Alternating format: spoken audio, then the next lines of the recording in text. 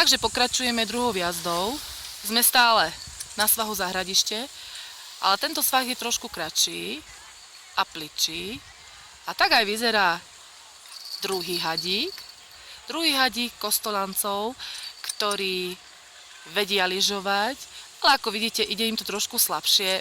Treba zrejme viac potrénovať a treba prísť aj budúci rok sa zdokonaliť. Prvá jazdí Liliana Michalčíková, ako druhý Peťo Deket. Dobre, Peťo, nezrazmo! Potom ide náš Lukáško Kolár. Ahoj, Lukino!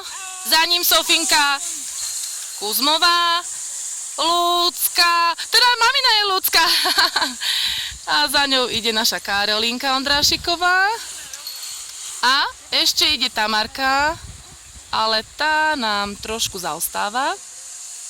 Ale už sa aj ona približuje. Takže títo lyžiari potrebujú trošku dlhší čas na to, aby sa zdokonalili v jazdovom lyžovaní.